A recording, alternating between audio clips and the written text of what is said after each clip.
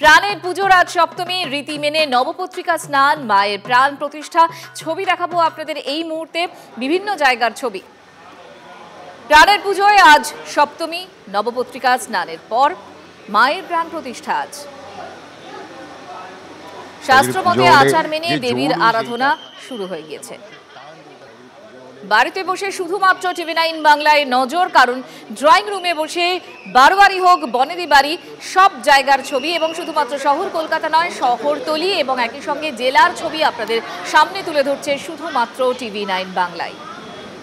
শোভাবাজার রাজবাড়ি, এই মুহূর্তে সুদীপ্ত কংস বণিক আমাদের সঙ্গে রয়েছেন এবং শান্তিপুর থেকে মহাদেবও আমাদের সঙ্গে রয়েছেন, কথা বলবো তার সঙ্গে। প্রথমে শোভাবাজার রাজবাড়িতে চলে যাই। সুদীপ্ত, শুভ সপ্তমী, শোভাবাজার রাজবাড়িতে এই মুহূর্তে কি চলছে? শুভ সপ্তমী বন্ধুরা, এই মুহূর্তে আমরা দাঁড়িয়ে রয়েছি এই শোভাবাজার রাজবাড়িতে। এবছর এদের পুজো 269 বছরে পদার্পণ করেছে এবং যেটা আমরা সকাল থেকে বারংবার দেখিয়ে চলেছি, সকাল থেকে এখানে যেমন নবপত্রিকা পুজো স্নান হয়েছে, তারপরে এখান থেকে দাঁড়িয়ে পুষ্পাঞ্জলি হওয়ার পর এখানে যে রীতি মেনে যে বলি হয়ে থাকে, চাল কুমড়ো বলি, সেটিও হয়েছে। এই মুহূর্তে তুমি যদি শোভাবাজার রাজবাড়িতে আমার ক্যামেরা বন্ধু সুমিতকে একবার দেখাতে বলবো যে এই যেন মানুষের ঢল নেমেছে চারিদিকে, মানে সারা কলকাতায় যত মানুষ রয়েছে যারা কিনা উত্তর থেকে ঠাকুর দেখা শুরু করেন, প্রত্যেকে কিন্তু সবার আগেই কিন্তু একবার হলেও শোভাবাজার রাজবাড়ি আসে। এবং এইখানে এই মুহূর্তে দেখা যাচ্ছে যে মানুষের যে জনস্রোত সেটা কীরকম রয়েছে, জনজোয়ার একদম পুরো এদিক থেকে দেখা যাচ্ছে। তাদের কাছে আমি একবার যাব, তাদের সাথে একবার কথা বলার চেষ্টা করবো যে তাদের এই মুহূর্তে কেমন লাগছে এবং তাদের কী কী অসুবিধা। কেমন লাগছে শোভাবাজার রাজবাড়ি এসে? খুবই অপূর্ব। এইটাকে এবার কি শুরু হলো একদম মানে নর্থ দিয়ে শুরু দিয়ে? এটা না, নর্থে শুরু হলো আজকেই এখানে। আপনিও এসেছেন দেখছি দুপুরবেলা করার রোদের মধ্যে। আমি ওয়েস্ট বেঙ্গল ট্যুরিজমের পক্ষ থেকে এসেছি, তো এটা আমাদের লাস্ট শোভাবাজারে আমরা ভোগ খেলাম। ভোগ খাওয়ার পর এটা বড় তরফ যে পুজোটা দেখে এবার আমরা লাস্ট হয়ে গেল আমাদের দেখা। সকাল থেকে আমরা শুরু করেছি, যত রাজবাড়ি আছে রাজবাড়ির সমস্ত পুজো। আপনারাও এখানে ঠাকুর দেখতে এসেছেন, কেমন লাগছে শোভাবাজার পুজো দেখতে? ভালো লাগছে, খুব ভালো লাগছে। আজকে এর আগে কি কি ঠাকুর দেখলেন? আজকে আমি এখনই বেরিয়েছি, মানে একদম শুরুই হয়েছে রাজবাড়ির পুজো দিয়ে। রাজবাড়ির পুজো। এখানে যেখানে থিমের পুজো, সেখান থেকে দাঁড়িয়ে সাবিকে নিয়ে থিমের মধ্যে কোনটা সবচেয়ে বেশি পছন্দ হয়ে থাকে? আমার সাবিকিয়ানাও ভালো লাগে, থিমও ভালো লাগে, বাট এটা একটা ঐতিহ্য তো, তাই এটা প্রতিটা দেখতে আসি। তো মঞ্জুরা, একদম যেটা এখান থেকে প্রত্যেকে বারংবার বলছে যে এখান থেকে দাঁড়িয়ে কিন্তু প্রত্যেকের একবার করে হলো শোভাবাজার রাজবাড়ির যে পুজো, সেটা না দেখলে পুজো কিন্তু কিছুটা হলেও কিন্তু একদম অসমাপ্ত থেকে যায়। তাই তারা যত লোক আছেন এখানে তারা প্রত্যেকবার একবার করে হলেও চেষ্টা করেন আগে এসে শোভাবাজার পুরো জনজোয়ার শোভাবাজার রাজবাড়িতে, কারণ শোভাবাজার রাজবাড়িতে না আসলেই নয়, এই কথাগুলোই বোঝা যাচ্ছিল এদের সঙ্গে কথা বলে। শুধু তোমার সঙ্গে আবারও কথা হবে, একটু শান্তিপুরে চলে যাই। সেই মোঘল আমলে সূচনা হয় শান্তিপুরের চাঁদুনি বাড়ির দুর্গাপুজো। এই পুজো শুরু করেন শ্রী চৈতন্য দেবের শিক্ষাগুরু কাশীনাথ সার্বভৌম আগম বাগীশ। পুরো রীতি মেনেই প্রায় 550 বছর ধরে ঐতিহ্য মেনে চলছে এই চাঁদুনি বাড়ির পুজো। আর সেখানেই মহাদেব রয়েছেন, কথা বলবো তার সঙ্গে। মহাদেব, আজকে মহাসপ্তমী, তোমাকে প্রথমেই শুভেচ্ছা জানাই অনেক। কি চলছে, কি ছবি তুমি দেখতে পাচ্ছ? একদমই মঞ্জিরা, দেখো আমরা সপ্তমী শুভেচ্ছা জানাই, পাশাপাশি তোমাকে যেটা বলি প্রথমেই যে আমরা রয়েছি এই মুহূর্তে যেটি রয়েছে সেটি কিন্তু বড় গোস্বামী বাড়ির পুজোতে। আমি বড় গোস্বামী পুজোর বাড়িতে রয়েছি, তার কারণ একটা ইতিহাস রয়েছে এই বড় গোস্বামী বাড়ির। তুমি দেখতে পাচ্ছ যে প্রতিমা রয়েছে, প্রতিমার কিন্তু 8টি হাত, ছোট হাত, মানে এগুলো অদৃশ্য হাত, অর্থাৎ মায়ের যে রূপের সেখানেও কিন্তু পরিবর্তন রয়েছে। পাশাপাশি আচারবিধি রয়েছে সারা রাজ্য জুড়ে বা দেশ জুড়ে যে দুর্গা পূজিত হয় তার মধ্যে এই পূজার বৈশিষ্ট্য রয়েছে আলাদা। এখানে ঘটক সিংহ রয়েছেন সেখানে, কিন্তু তার যে বিশেষত্ব সেটা বলতে হবে শান্তিপুরের রাস উৎসব। তুমি জানো সারা বিশ্বজুড়ে যে রাস উৎসব, সেই রাস উৎসবের সূচনাই করে যান এই কাত্যায়নী দেবী। এই পরিবারের সদস্য যারা রয়েছেন, গোস্বামী বাড়ির পুজো যেখানে বষ্টুপুজো প্রথায় পুজো হয় এবং পুজোর নিয়মকানুন, আচার অনুষ্ঠান সবটাই আলাদা। আমি একটু কথা বলার চেষ্টা করব, একটু নিয়মকানুন আপনাদের অনেকটাই আলাদা। কি সেই আলাদা? আমাদের নিয়মকানুন বলতে আমাদের প্রতিপদ থেকে এই পুজোর বোধন শুরু হয়, হয়ে তারপরে ষষ্ঠীর পর দেবী পাটে ওঠেন, ষষ্ঠীর বোধনের পর। আর এখানে যে পুজোর যে ভোগ রাগ, সেই আচারটা কিন্তু আমাদের প্রধান। এখানে ভোগ রাগ যারা করেন, অর্থাৎ মায়ের ভোগ রান্নায় যারা অংশ নেন, তারা হচ্ছেন বাড়ির দীক্ষিত গৃহবধূ। দীক্ষিত গৃহবধূ ছাড়া মায়ের ভোগ রান্না হয় না। এখানে বাড়ির সমস্ত দীক্ষিত গৃহবধূরা মায়ের ভোগ রান্না করেন। ভোগে 36 ব্যঞ্জন হয়, অর্থাৎ 36 রকমের রান্না মাকে নিবেদন করা হয় এই সপ্তমী, অষ্টমী, নবমী 3 দিন।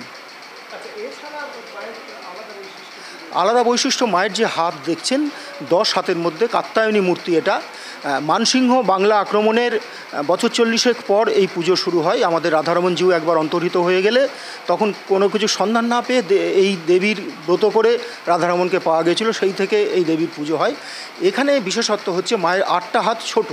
আমরা তো বৈষ্ণব, আমরা হিংসায় বিশ্বাসী নই, সেই কারণে এখানে দেবীর হাতে আমাদের কোনো অস্ত্রও থাকে না। আর কার্তিক, গণেশ, লক্ষ্মী, সরস্বতী বিপরীতে থাকেন।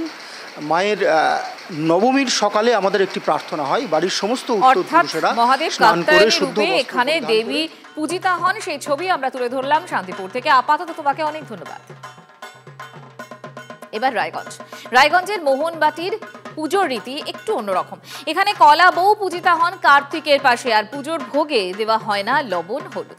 বাংলাদেশের হরিপুরে 1857 সালে এই পুজোর সূচনা। পরবর্তীকালে 1947 সালে মোহনবাটিতে পুজো শুরু হয়। এখানে এক চালার প্রতিমার পুজোর হয় প্রাচীন কাঠামোতে। বাড়ির বড় থেকে ছোট সকলেই সামিল হন এই পুজোয়।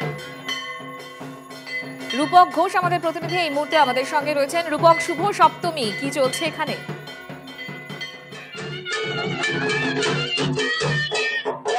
এই মুহূর্তে কিন্তু এই রায়চৌধুরী বাড়িতে ঢাকের তালে নাচ চলছে, যা দেখতে পাচ্ছি। এই মুহূর্তে কিন্তু ছোট থেকে বড় প্রত্যেকে কিন্তু আরতির তালে নেচে উঠেছেন।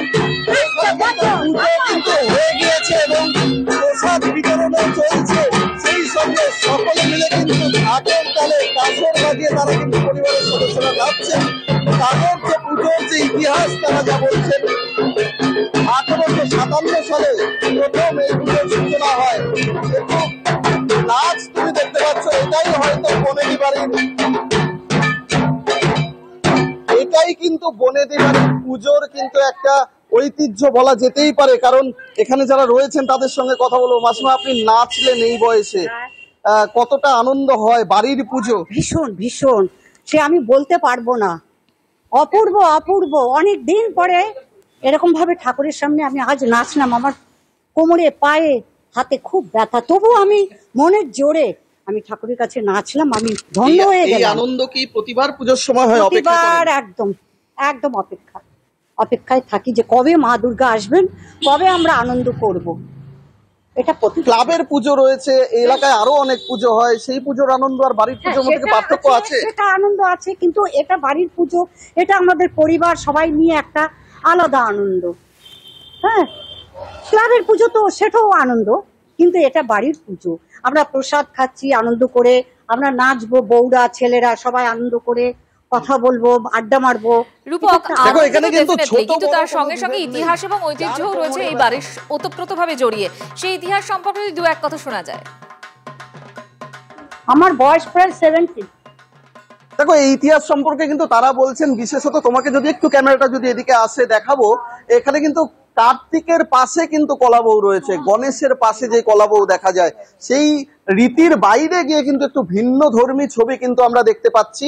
তার পাশাপাশি আরো অনেক কাহিনী রয়েছে, আরো অনেক অজানা জিনিস রয়েছে। আপনার কাছেই জানতে চাইবো, কলাবউ কার্তিকের পাশে কেন, আর আপনাদের পুজোর রীতি আর কি কি আছে, বৈশিষ্ট্য আছে? মা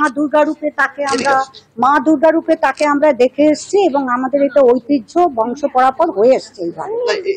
গণেশের পাশেই তো আমরা, হ্যাঁ, গণেশের পাশেই কলাবউ। না, এখন তো কার্তিকের পাশে, কার্তিকের পাশেই কলাবউ।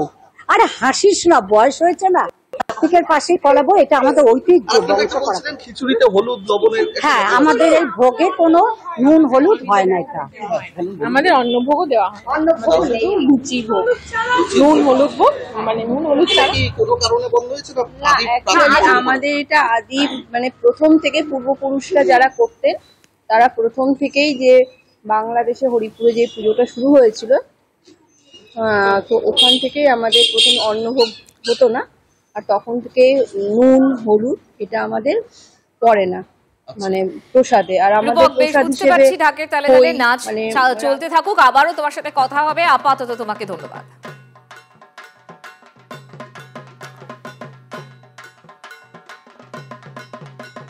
গৌরভৌমের আদি কংসবণিক বাড়ির পুজো এবার 355 বছরে।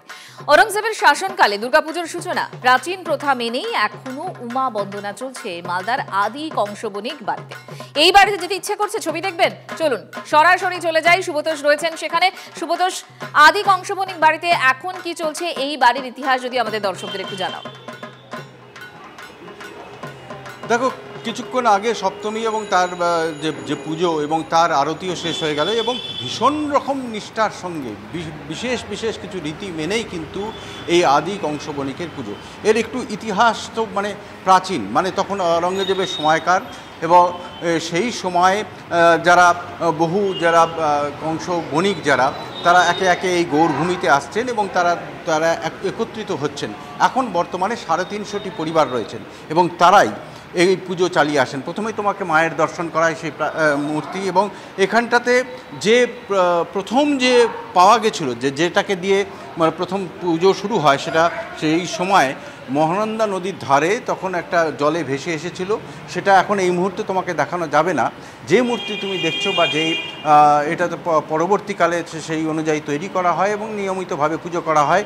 এই ঘট এবং ঘটের ঠিক পেছনে সেই ছোট্ট মূর্তিটি রয়েছে এবং সেটাই কিন্তু পুজো করা হয়। এখানে বিশেষত্ব হচ্ছে যে পুরুষরা কিন্তু পুজো করেন এবং 350 যে পরিবার রয়েছে তারা কিন্তু মিলিতভাবে একটি পরিবারের মতো হয় এবং নিজেরাই চাঁদা দেন। এখানে কয়েকজন আছেন, তাদের কাছে আমি কথা বলছি, তাদের সাথে কথা বলে একটু বিশেষত্বগুলো জেনে নিচ্ছি। বলছি যে এখানে যে পুজোটা হয় এর বিশেষত্বটা কি? সবচেয়ে এর বিশেষত্ব হচ্ছে আজ থেকে প্রায় 350 বছরে আমাদের পুজো শুরু হয়েছে। 376 বছর থেকে পুজো চলছে, কিন্তু আমাদের কংসবণিক পরিবারের হাতে 158 বছর আগে এই পুজোটা শুরু হয়। মানে আমাদের এই পরিবারে বিশেষত্ব হচ্ছে আমাদের এটা পুরুষ দ্বারা পরিচালিত। এই পুজোর মানে জোগাড় থেকে শুরু করে সব কিছু পুরুষেরাই করে থাকেন, মহিলাদের এর ভেতরের কোনো ভূমিকা থাকে না। কিন্তু বাইরের কাজ ওরা করতে পারে, কিন্তু ভেতরে যে পুজোর সময়ে আমাদের পুজোর 4 দিনের জন্য যা যা কাজ সব কিন্তু পুরুষেরাই করে। কিভাবে তোলে চাঁদা? আমাদের চাঁদার না, বাইরের আমাদের যারা মায়ের কাছে আছে প্রণামী স্বরূপ যারা দেয়, কিন্তু আমাদের যে 350টা পরিবার রয়েছে তাদের হচ্ছে আমরা বাড়ির যে মেম্বার হিসেবে মহিলাদের কোনো চাঁদা লাগে না এবং বিবাহিত এবং অবিবাহিতর ক্ষেত্রে ছেলেদের ক্ষেত্রে অর্থাৎ পুরুষদের ক্ষেত্রে চাঁদাটা আমাদের দিতে হয় এবং আমরা নিজেরাই কিন্তু মানে বছরে রামনবমী পুজো, দুর্গা পুজো, এই দুটো পুজোয় আমরা নিজেরাই প্রাচীন যে রীতি সেটা মেনেই কি আপনারা সেই এখনো পর্যন্ত চালিয়ে আসছেন? ধরুন যে সেই মোগল যুগ থেকে আজ পর্যন্ত যে নিয়ম রীতিগুলো রয়েছে সেগুলো কিন্তু এখনো পর্যন্ত কন্টিনিউ রেখেছেন? কন্টিনিউ একই, তখন যা নিয়ম অনুযায়ী আমাদের মায়ের যে পুজো হতো এখনও সেই নিয়ম অনুযায়ী মায়ের পুজো হয়, তার কোনো রীতি মানে চেঞ্জ পরিবর্তন হয়নি। নদী থেকে যে ভেসে এসেছিল সেই মূর্তি বা সেটা নদী থেকে যে শিলাচক্র রয়েছে, এখন বর্তমান যে মায়ের যে বেদির সামনে যে ঘট আছে সেই ঘটের পেছনে মালদার আদি কংসবণিক বাড়ির পুজোর ছবি আপনারা দেখছিলেন। শুভতোষ, আপাতত তোমাকে ধন্যবাদ। রীতি মেনে সম্পন্ন হলো প্রাচীন মল্ল রাজাদের রাজধানী বিষ্ণুপুরে মল্লকুল দেবী মৃন্ময়ীর পুজোর কলাবউ স্নান পর্ব। প্রাচীন বলি নারায়ণী পুঁথির তিথি নক্ষত্র মেনে আজ সকাল 6:30 নাগাদ মন্দির থেকে ঢোল বাঁশি সহযোগে কলাবউ আর 2টি পট নিয়ে রাজপুরোহিতরা শোভাযাত্রা করে হাজির হন রাজ দরবারের গোপাল সায়ের নামে একটি পুকুরে।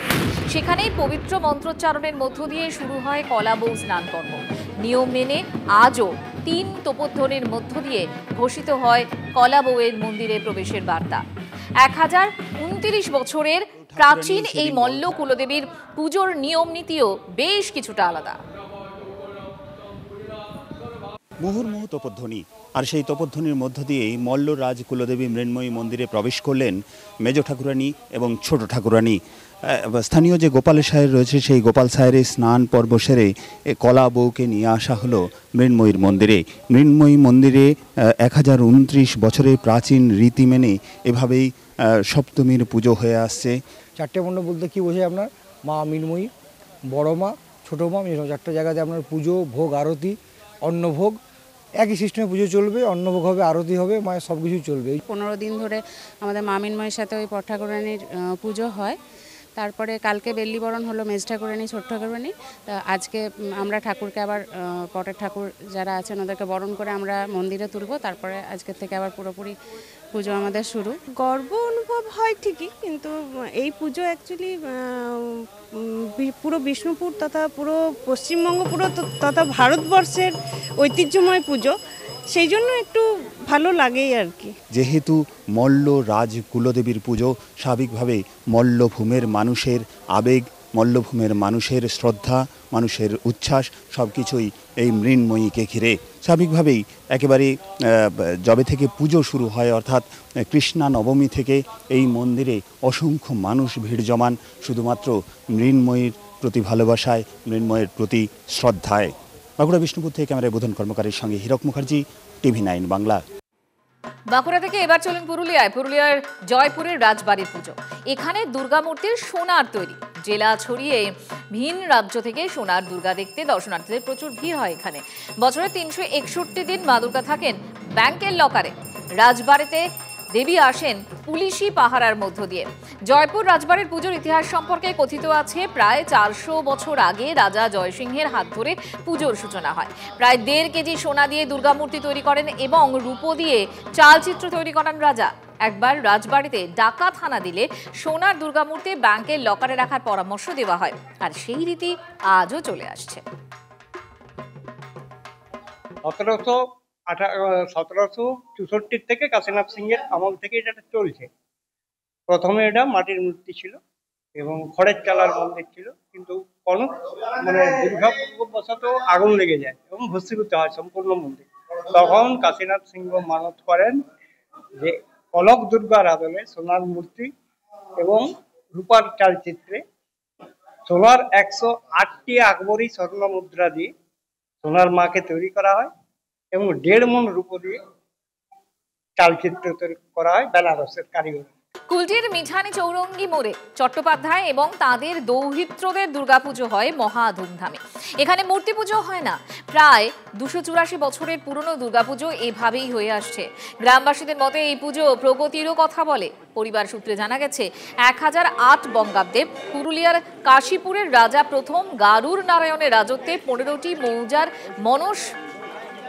মনোদারি করতে কাটোয়ার শিবলুন গ্রাম থেকে আনা হয় এই পরিবারের প্রথম পুরুষ নীলাম্বর চট্টোপাধ্যায়কে। তৎকালীন নীলাম্বর চট্টোপাধ্যায় যেহেতু কৃষক কুলের মানস অবতার ছিলেন, তাই তিনি দুর্গাপুজোর মধ্য দিয়ে নবপত্রিকার পুজো শুরু করেছিলেন। 1008 বঙ্গাব্দে এখানে যিনি প্রথম পুরুষ ছিলেন তিনি কৃষক সমাজের মনসবদার হয়ে 15টি মৌজা কাশীপুর রাজার কাছ থেকে এনেছিলেন এবং তারপরে থেকেই এখানে পুজো হয়ে আসছে। অর্থাৎ আমরা যদি বলি এখানে 9 পুরুষ পর্যন্ত আমরা এখানে দেখতে পাচ্ছি, কিন্তু 7 পুরুষ থেকে পুজো শুরু হয়। অর্থাৎ 4 7 8 280 বছরের পুরনো পুজো। এখানে মা দুর্গা থাকেন না। মা দুর্গাকে এখানে নবদুর্গা নবপত্রিকা বাসিনী যে রয়েছে, মা দুর্গার যে 9টি উদ্ভিদ, সেই 9টি উদ্ভিদ নিয়ে মাকে এখানে পুজো করা হয়েছিল। মূর্তি নেই মানে এটা আমাদের পূর্বপুরুষ থেকেই একটা সিদ্ধান্ত, যেখানে মূর্তি নেই। নবপত্রিকাকে আমরা এটাকে মায়ের পূজা হিসাবেই ইয়ে করি। এই মা 200-250 বছরের পুরনো পুজো। এখানে কুমারী মেয়েরাই দোলা নিয়ে আসে। তো এখন কুমারী মেয়েদিকে তো খুব একটা পাওয়া যায় না, যার জন্য বিবাহিত মেয়ে বা বৌমা বাড়ির মেয়েরা দোলা নিয়ে আসে। 9 দিনে নবরাত্রি হিসাবে এখানে পুজো হয়। এই পুজো প্রগতির কথা বলে, কারণ এখানে ছাগ বলি বন্ধ হয়েছে প্রায় 40 বছর আগে, এবং তার আগে যখন 11 বছরের নাবালক ছিল না যারা এখানে নবপত্রিকা বা স্নানযাত্রা করতে নিয়ে যায়, তখন তৎকালীন সময়ে মেয়েরা প্রথম এখানে দোলা নিয়ে গেছিলেন, এবং তার জন্যই প্রগতির কথা বলা হচ্ছে চট্টোপাধ্যায় এবং দৈত্যদের পরিবারের তরফ থেকে। কাটোয়ার মল্লিকবাড়ি দুর্গাপুজো আভিজাত্য আর বাঙালিয়ানায় ভরপুর। পুজোর দিনগুলোতে যেন জীবন্ত হয়ে ওঠে মল্লিক বাড়ি। বিশাল বাড়ি সেজে উঠেছে আলোয়। 120 বছর আগে এই পুজো শুরু হয়। মল্লিক পরিবারের পূর্বপুরুষ রাধিকা প্রসাদ মল্লিক এই পুজো শুরু করেন।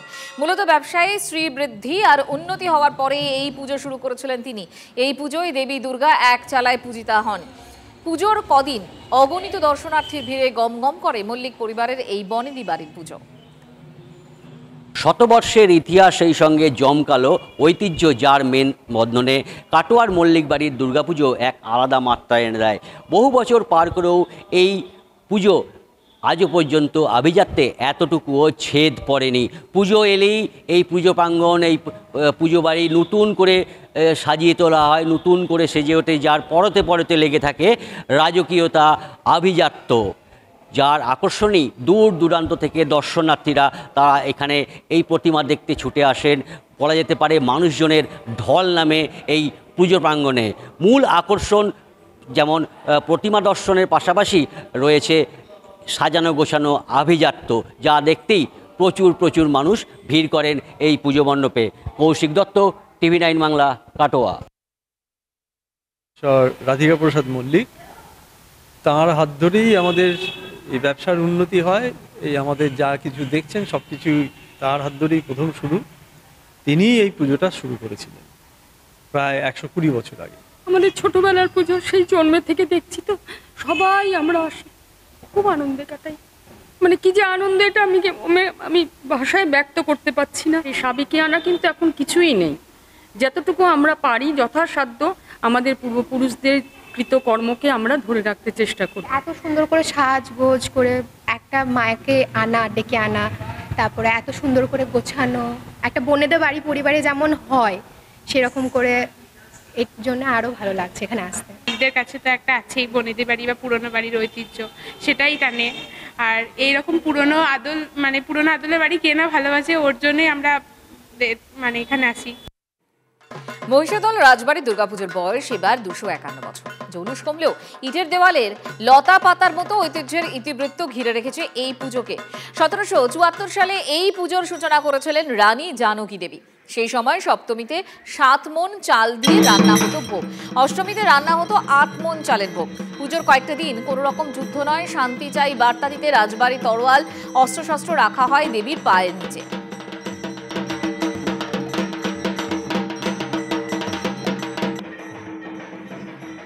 পুজোর ছুটি চলছে পুরুলিয়া রামকৃষ্ণ মিশনে। ছুটি থাকলেও রীতি মেনে নিত্য পুজোর পাশাপাশি এখানে দেবীর পট পুজো হচ্ছে। নিয়ম করে ভোরে সন্ধ্যাবেলায় মঙ্গল আরতি হয়। শ্রী শ্রী রামকৃষ্ণ, মা শারদা, স্বামী বিবেকানন্দ এবং দেবী দুর্গার আরতি হয় রামকৃষ্ণ মিশনে। মিশনের কর্মচারীদের জন্য একদিনের অন্নভোগের ব্যবস্থাও করা হয়।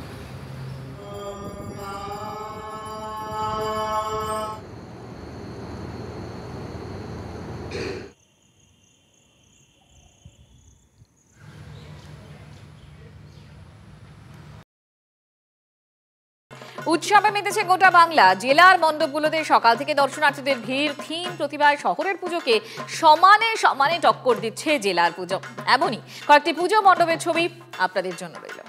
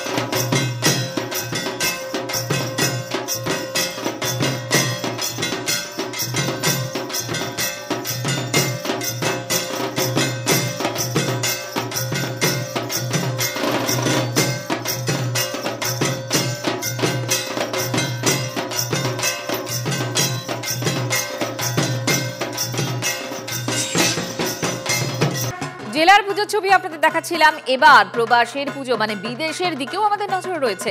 পঞ্চমুখী লন্ডনের দুর্গাপুজো উৎসবের আর এক নাম। 2006 সালে লন্ডনের হারোতে পুজোর সূচনা। নামের ভেতরেই বহুমুখী ভাবনার প্রতিফলন। ঐতিহ্যের সঙ্গে আধুনিকতার সমন্বয়। ব্রিটেন জুড়ে এই পুজো ভারতীয় অভারতীয়দের মিলন মেলা।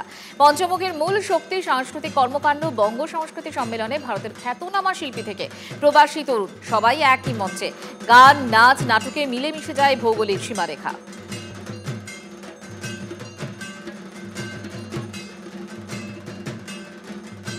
সত্যি এখানে না এলে বোঝার উপায় নেই। এখানে ভোগ, আড্ডা, আয়োজন, উৎসব সবই যেন এক টুকরো ভারতবর্ষ, এক টুকরো কলকাতাকে ধরে রেখেছে।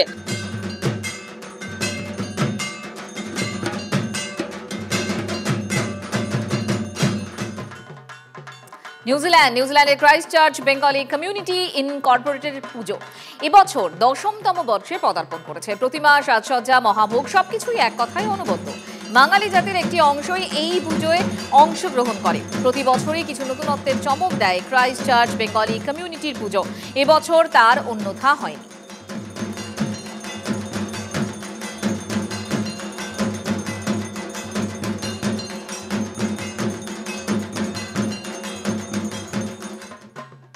আমেরিকার লস অ্যাঞ্জেলসের সংহতি সংঘের পুজো এবছরই প্রথম পুজো শুরু হয়েছে এবং কলকাতার কুমোরটুলি থেকে ফাইবার গ্লাসের প্রতিমায় দেবীর আরাধনা। প্রথমবারের পুজোতেই উৎসব জমজমাট। চলছে নানা সাংস্কৃতিক অনুষ্ঠান, খাওয়া দাওয়া, খিচুড়ি, লাবড়া থেকে মাংস সবই রয়েছে মেনুতে।